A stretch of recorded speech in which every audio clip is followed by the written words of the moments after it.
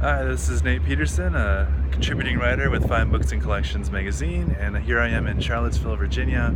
Behind me is the small special collections library at the University of Virginia, and we are going to be heading in a minute to speak to a curator there named David Whitesell about his exhibition on Fearsome Inc.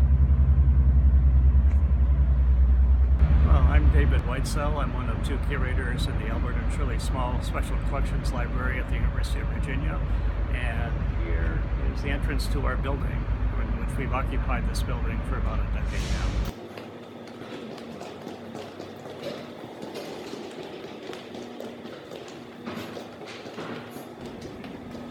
Well, it was a lot of fun to put this exhibition together, which has been open now for about a week.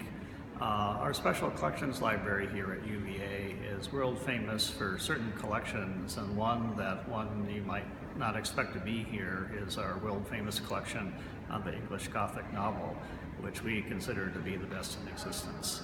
And the story of how we acquired this collection is rather unusual. It dates back to the collecting activities in the 1920s and 30s of Michael Sadler, the famous English bibliographer and bookseller, who at the time that the English Gothic novel was unappreciated, realized a bargain when he saw it, and he set out to collect these works that date from the late 18th and early 19th centuries. Formed an incredible collection, came to the attention of all people, a graduate student at the University of Virginia named Robert Black, who in 1938 purchased the collection from Sadler and put it on deposit in our newly opened Alderman Library. 4 years later, when he entered the Army in World War II, he very generously gave the collection to the University of Virginia. And ever since, we've been adding new finds to the collection as we encounter. I'd like to show something that's very representative of Michael Sadler as a collector. One of his great collecting coups as a bookseller was to acquire many volumes from a collection in Western Ireland, the Mount Bellew Library, which was formed in the early 19th century and then was essentially sealed as a time capsule until it was sold in the early 30s. And many of the books in the library were virtually as new, fresh condition. And we're fortunate to have a good many Gothic novels that came from that source. And here is one that looks as fresh as it did when it came out of the bookshop in the year 1800.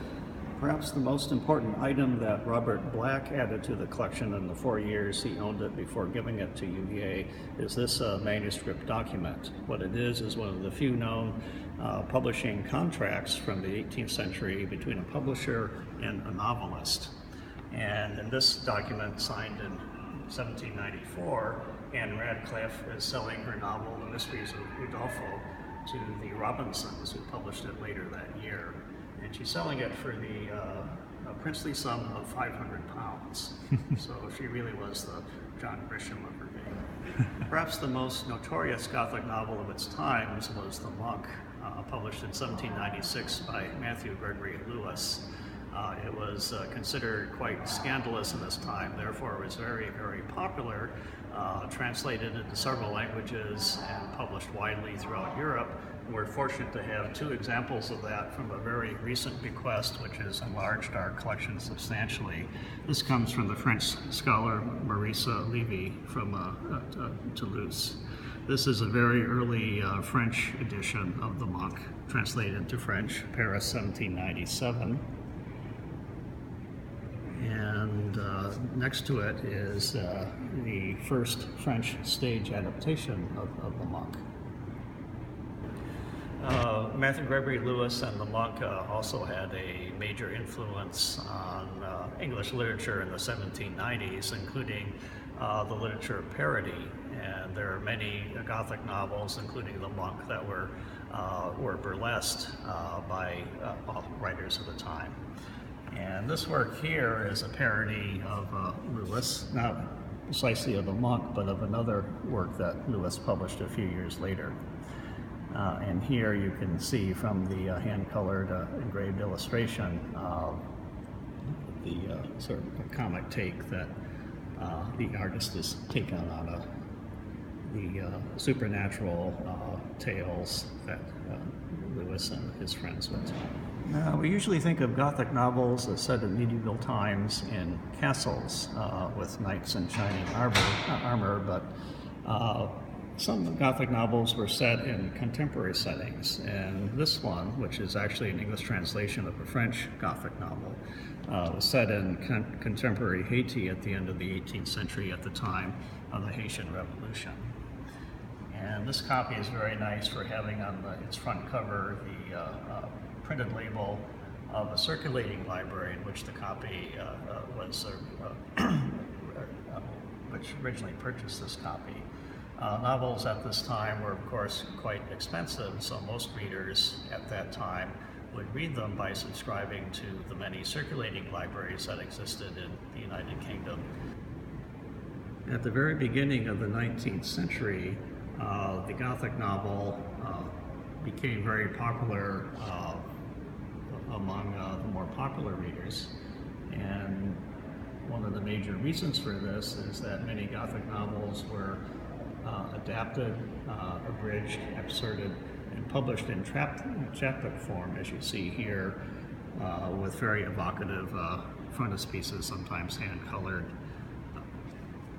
And these are chapbooks, most of the ones written by a man named Isaac Crookenden, who might be called a Grub Street Gothic chapbook writer, who lived in London at the late 18th century, early 19th century, and made a living by adapting, or some might say plagiarizing, Gothic novels for publication in chapbook form.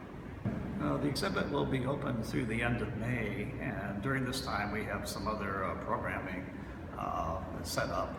Later this month there'll be a conference organized by UVA's French department on the European and especially French antecedents of the Gothic novel. We hope that you'll all have a chance to come here and see the exhibition. If you can't come to see the exhibit, please do stop in anytime. Anyone is welcome to use our collections, and we'd be quite happy to help you.